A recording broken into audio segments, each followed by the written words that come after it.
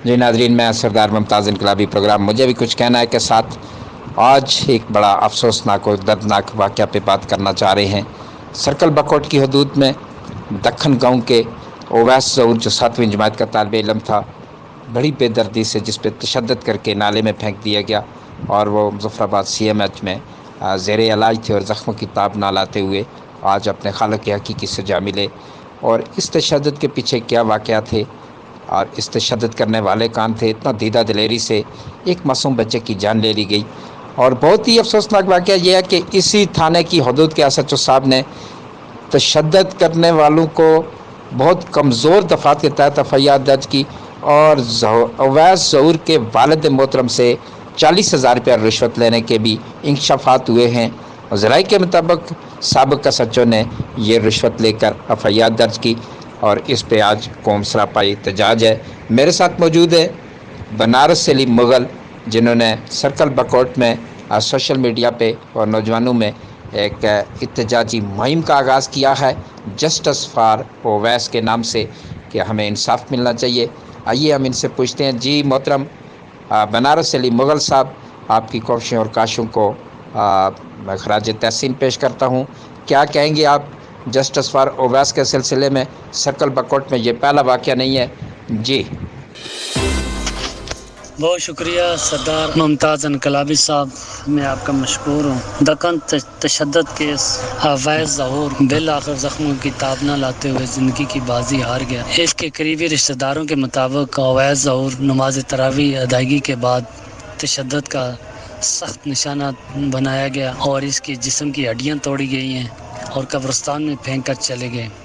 इसके वालिद साहब से मेरी बात हुई थी मुज़फ़्फ़राबाद CMH में, तो उनका कहना था कि हमारी किसी के साथ कोई ज़ाती इख्तिलाफ़ात किसी किस्म का कोई नहीं था, इसके बावजूद इस बच्चे को कम तरावी की अदायगी की वजह से कत्ल किया गया। और ज़राए के मुताबिक कोई ज़मीनी केस भी बताया जा रहा है कि इस सिलसिले में भी कोई बातचीत चल रही है। वल्लाह आलम, ये अल्लाह ही जानता है। जैसे जैसे बात आगे बढ़ती जाएगी मालूमात हासिल होती जाएगी।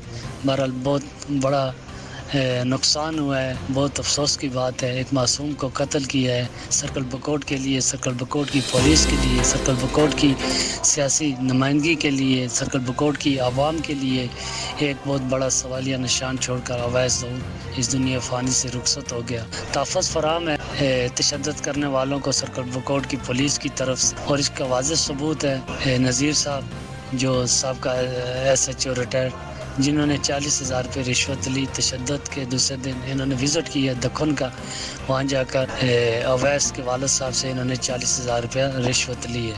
और उसके बाद इन्होंने FIR जो काटी है वो भी गलत काटी है, जिसमें लिखा था कि ओवैस ज़हूर तशद्दुद का निशाना नहीं बनाया गया, बल्कि ये गिरने की वजह से इसकी ये हालत हुई है। जी नाजरीन, ये थे हमारे साथ मौजूद बनारस से अली मुग़ल साहब जो दुबई से हमारे साथ बराह रास्त मौजूद थे और सर्कल बकोट के जस्टिस फॉर ओवैस की बात कर रहे थे। सर्कल बकोट गाज़ियों और शहीदों की सरज़मीन है, बहुत ही ज़रख़ेज़ मिट्टी है, बहुत बड़ी शख्सियात को सर्कल बकोट ने जन्म दिया है। मगर आज जहाँ जो कत्ल व गारत और तशद्दुद के वाक़यात पेश आ रहे हैं, इसके पीछे कानून की कमज़ोरी है।